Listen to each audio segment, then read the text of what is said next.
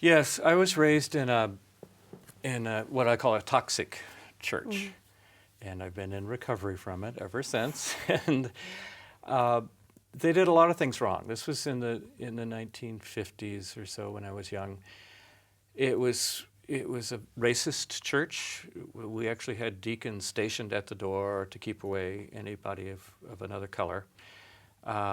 It was an angry, judgmentalist, very legalistic church, and many people have stories of different kinds of legalism from around the world.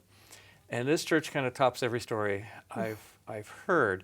It's also very exclusive. There were about 120 people in the church, and we thought there may be as many as 150 people in heaven, but surely no more. We had the key, and it was cultic, really. And as I grew up, of course, when you're a child, you think, well, this is the way it is, and everybody else is wrong.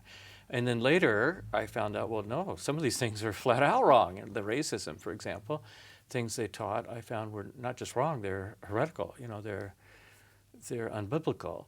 And then I went through a period where I questioned everything. Well, if they're wrong about that, then maybe they're wrong about this and everything. And so I went through a period of throwing it all out.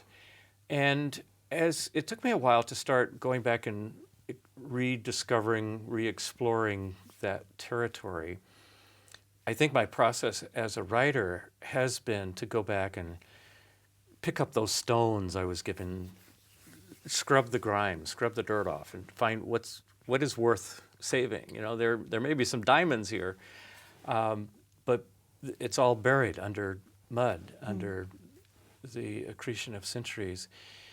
And I'm able to do that in my writing.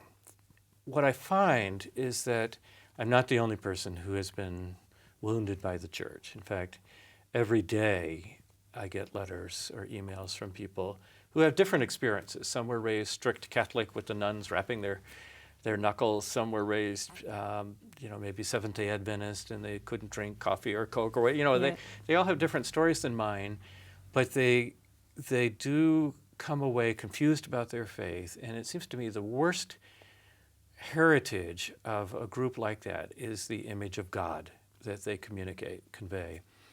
The image of God I came away with was of this frowning policeman in the sky, just looking for somebody who might be enjoying themselves. Ah, gotcha, and people ask me, well, why did you come back to faith? And I say, well, it wasn't through the Bible. I was up to here with the Bible. It wasn't through a Billy Graham rally. It was three things, really.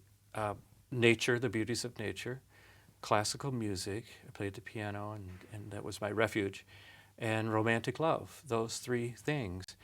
And about that time, I came across from a quote from G.K. Chesterton. He was actually quoting someone else, but he said, "The worst moment for an atheist is when he feels a profound sense of gratitude and has no one to thank." And that's the state I was in. Suddenly I was experiencing the beauties of the world through music, through nature, through love. And I realized I wanted to know the one behind all of these. I wanted to know the artist who thought them up and turned them loose. So that sent me on a quest to find the real God.